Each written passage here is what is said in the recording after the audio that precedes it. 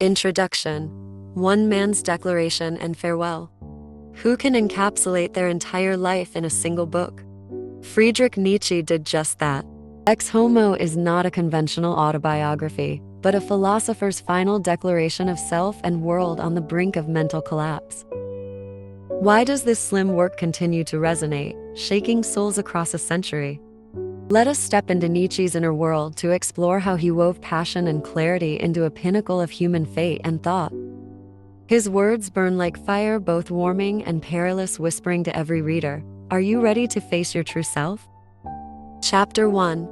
Born in a divided era. In 1844, Friedrich Nietzsche was born in Reken, a small Prussian village. His father, Carl Ludwig, was a devout Lutheran pastor, and his mother, Franziska, was strict and traditional.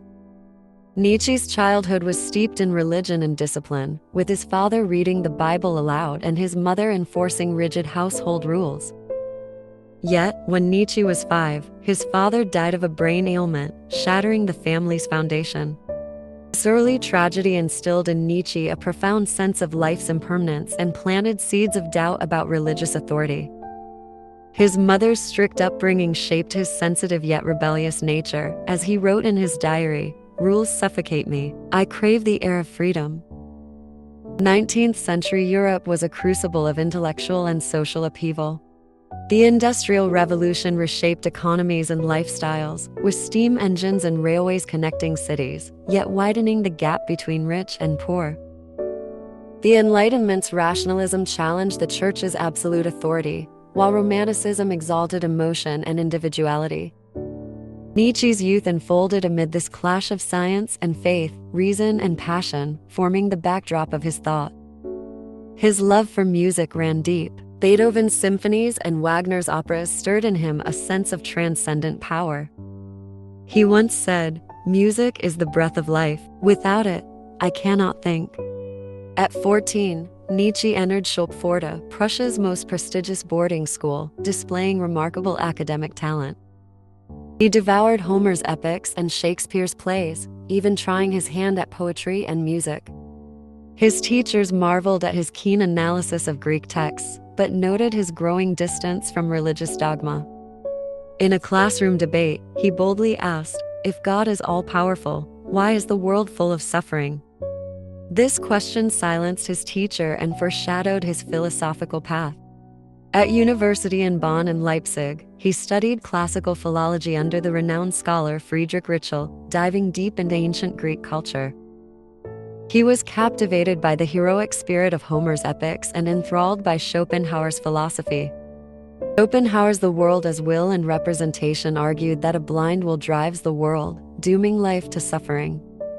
Nietzsche, unsatisfied with this pessimism, began crafting a more affirmative philosophy, seeking how humans could create meaning in a seemingly meaningless world.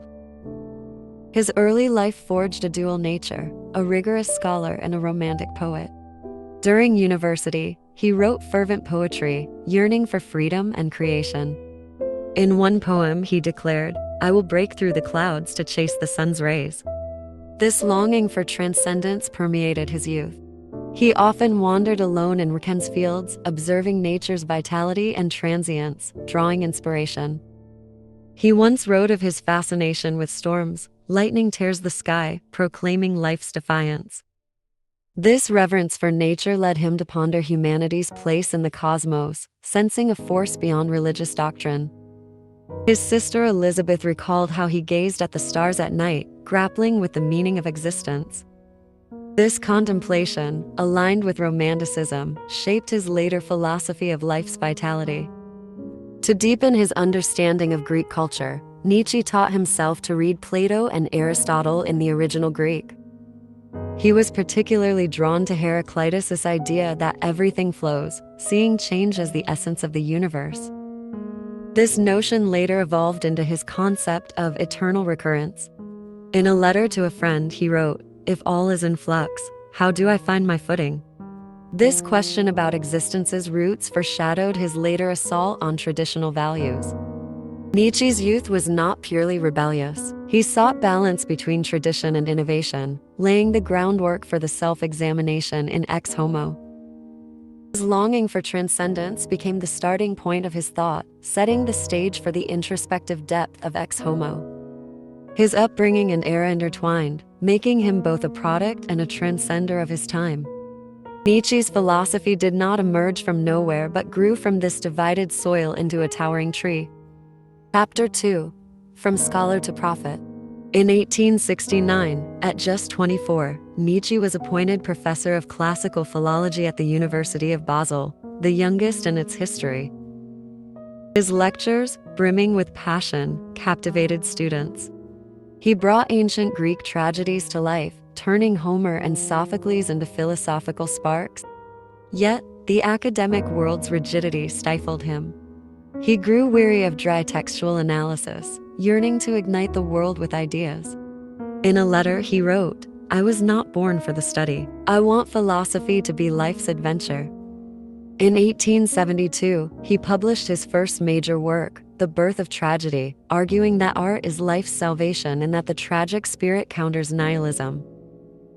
The book, centered on the Greek gods Apollo and Dionysus, proposed that rational order and passionate creation together birth true art. It sparked fierce academic debate, with traditional scholars decrying its unacademic nature, yet it caught the eye of composer Richard Wagner. Wagner's mythic, passionate operas resonated with Nietzsche's ideas, and the two became close friends, debating art and culture late into the night at Wagner's Bayreuth home. Nietzsche saw Wagner as a herald of a new era, believing his music could awaken Europe's soul. But their friendship was not to last. Wagner's growing German nationalism and the Christian undertones in his opera Parsifal clashed with Nietzsche's anti-religious stance. In 1878, Nietzsche publicly broke with Wagner, later reflecting in Ecce Homo, "I thought he was my ally, but he was just another idol." This rupture marked not just a personal falling out, but a turning point in Nietzsche's thought, pushing him toward intellectual independence. In 1879, severe health issues, migraines, failing eyesight, and stomach ailments forced him to resign his professorship. Refusing to yield to fate, he began a nomadic life in Italy and Switzerland, writing in Turin, Nice, and Sils Maria. During this period, he produced masterpieces like Thus Spoke Zarathustra and On the Genealogy of Morality, his ideas growing ever more radical. In Ecce Homo, he called these wandering years my rebirth, transforming him from scholar to prophet. This rebirth redefined his philosophical mission. Abandoning the academic ivory tower, he chose to speak directly to the human soul through his words. While strolling Turin's streets, he drew inspiration from everyday life, the songs of street performers, the calls of market vendors. He wrote, "Philosophy should not annotate books but be a flame of life." This focus on life led him to craft a poetic style, breaking philosophy's esoteric barriers. His nomadic life was no romantic adventure, but a grueling, self-forging. Living in modest lodgings on a meager pension, he sometimes couldn't write due to pain. In his diary, he noted, "My body is a crumbling house, but my mind is a soaring eagle." This mind-body split made him cherish spiritual freedom all the more. He admired the ancient Greek philosopher Diogenes, who lived simply, yet shook Athens with his wisdom. Nietzsche saw Diogenes' cynicism as a rebellion against false values, aligning with his own aims. His wandering years also deepened his sense of isolation. While conceiving Thus Spoke Zarathustra by Lake Sils Maria, he felt a profound alienation from the world, but turned this loneliness into creative fuel. He wrote, "Solitude is the crucible of genius. Only through it can truth be seen." This embrace of solitude, a recurring theme in Ecce Homo, marked his full transformation from scholar to philosophical prophet. He no longer aimed to explain the world, but to create new values. He declared, "I am not teaching, I am shouting, urging humanity to hear its potential." This shift was not instantaneous. Enduring loneliness and illness, he drew strength from hardship. Climbing Alps at dawn, inspired by their majesty, he found ideas flowing like springs. He wrote, "Only at great heights can I see the smallness and greatness of humanity." This scholar-to-prophet transformation allowed him to pen Ex Homo with fervent introspection, summing up his life and thought. Chapter 3. The Core of Ex Homo. Ex Homo, titled after Pontius Pilate's words about Jesus in the New Testament, "Behold the Man," is Nietzsche's ultimate reflection on his life and thought. The title is both self-mocking and proud, revealing his complex view of his mission. Structured around 4 core chapters: why I am so wise, why I am so clever, why I write such good books, and why I am a destiny, it dissects his intellectual roots, personal traits, literary achievements, and historical role. In Why I Am So Wise, Nietzsche reflects on his upbringing. He credits his critical mind to the religious repression and academic rigor of his youth. He writes, "I never trust ready-made answers. Wisdom comes from doubt and struggle." He likens his philosophy to dynamite, meant to shatter traditional morality and faith to pave the way for new values. He argues that Christianity's emphasis on humility stifles human creativity, and he seeks to ignite freedom with the flame of doubt. This view of wisdom stems from his sharp insight into the limits of his era, without reservation. Why I Am So Clever explores his philosophy of life. Despite chronic illness, he sees pain as a catalyst for thought, advocating simple diets, walks, and routines to spark creativity. He writes, "Don't trust ideas born in studies, they lack life's vitality." Citing Socrates, an unattractive yet vibrant thinker, he argues that spirit triumphs over physical limits. This perspective, drawn from personal experience, offers modern readers a call to vibrant living. In Why I Write Such Good Books, Nietzsche reviews his major works. He calls Thus Spoke Zarathustra a gift to humanity, introducing the superhuman ideal of self-overcoming. He describes On the Genealogy of Morality as a scalpel exposing the hypocrisy of traditional morals. His books, he claims, are music and poetry, awakening inner strength. He writes, "My words are a dance, inviting readers to join me." Nietzsche sees language as an art that stirs the soul, not just conveys ideas. He envisioned himself as a Greek bard, using rhythm and melody to move readers. He wrote, "A good philosopher must be a poet, for only poetry touches the soul's depths." In Ex Homo, he describes each book as a soul's adventure. For example, the gay science blends aphorisms and poetry to make philosophy light yet profound. His writing, inspired by Wagner's Tristan and Isolde, mimics music's emotional and dramatic power. He writes, "My books are symphonies meant to be heard with the heart." He likens his work to Michelangelo's David, chiseling truth from the rough stone of reality. He declares, "Each book is a chisel, carving eternity into the human spirit." This artistic view makes Ex Homo both an autobiography and a manifesto on creation and life. Why I Am a Destiny is the most controversial section. Nietzsche claims to be a turning point in history, predicting his ideas will reshape the world. He writes, "I am not a man. I am a force, destined to shift the world's course."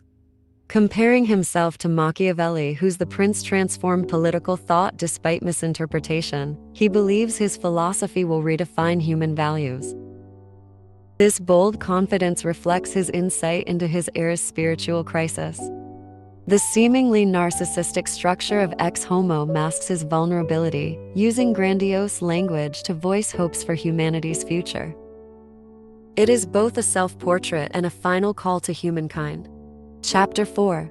The Dynamite of Philosophy and the Superhuman. In Ex Homo, Nietzsche reaffirms his core philosophies, the will to power and the superhuman ideal. The will to power sees life as a drive for expansion and creation, not mere survival. He writes, "Life is not about living but becoming more." He cites Leonardo da Vinci, whose Mona Lisa and inventions like flying machines embody this creative will. The superhuman ideal envisions humans transcending the slave morality of Christianity, which he sees as promoting submission and pity. The superhuman, like the Greek hero Achilles, is the most human, defined by courage and creativity. He writes, "The superhuman is not a goal but a process of upward struggle."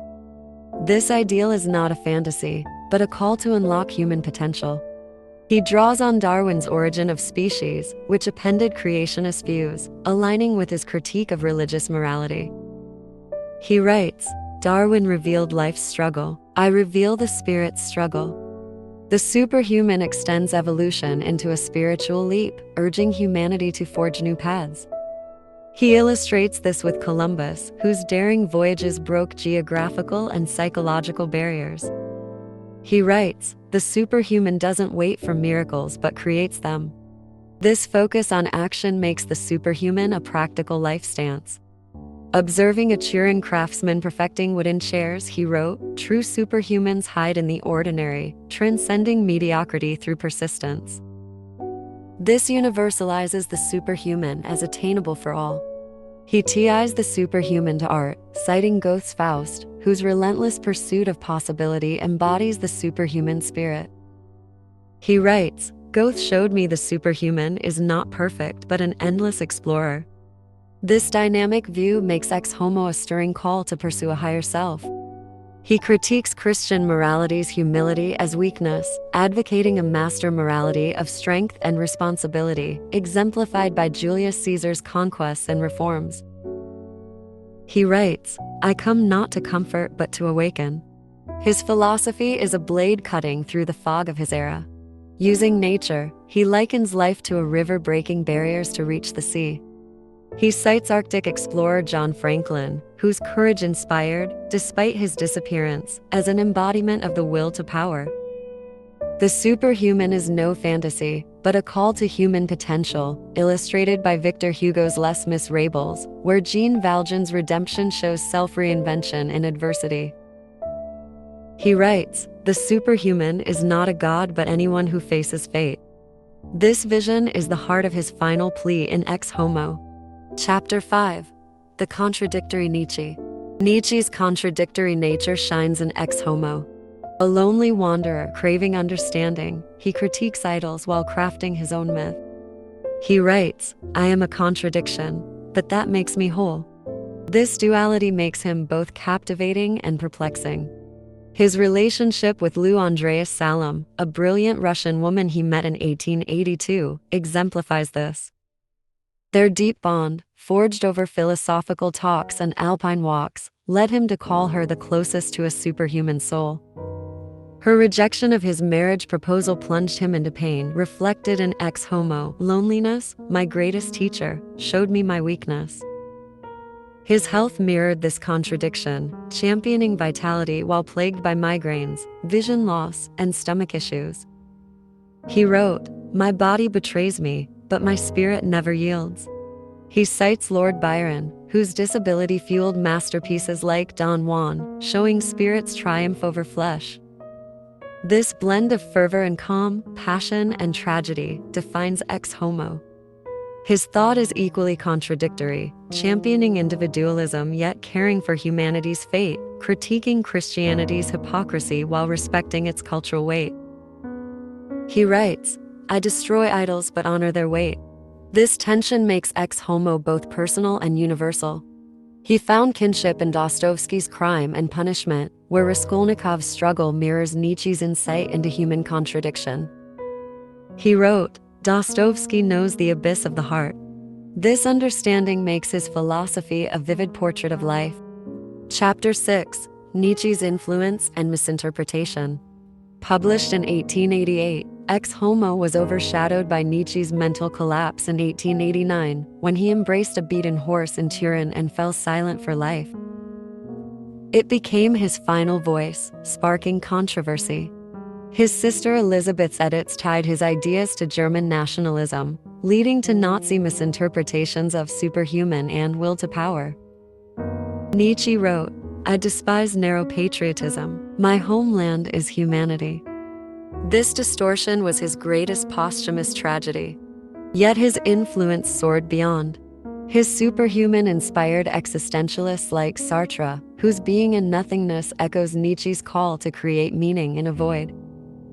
Camus's The Myth of Sisyphus channels Nietzsche's affirmation of life and absurdity. Jung used the will to power to analyze human drives as creativity, not just domination.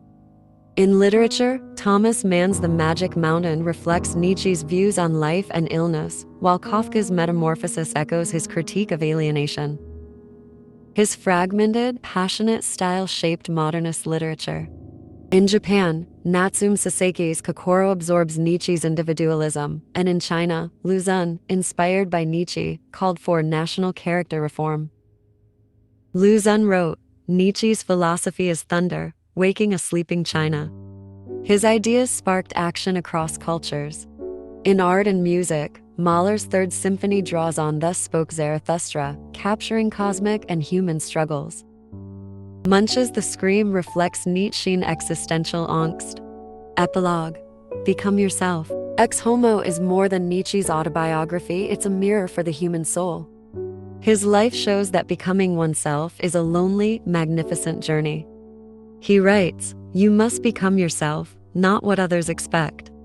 This encapsulates his quest for freedom and truth. His philosophy is no lofty theory, but a call to all to face inner conflicts and embrace life's challenges. He cites Ernest Shackleton, who survived Antarctic ice through sheer will, as a superhuman conquering fear. Nietzsche would say, "This is the superhuman not ruling the world but mastering fear."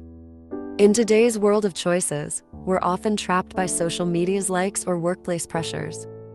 Nietzsche's voice rings clear: don't fear doubt or solitude, pursue your inner strength. He writes in Ecce Homo, "I am not your answer, but your question." What is that question? Are you brave enough to become your true self? Let Nietzsche's declaration inspire you to find your path. Whether student, professional, or artist, his story reminds us, life's meaning lies not in the destination but in the journey of transcendence. Are you ready to become yourself?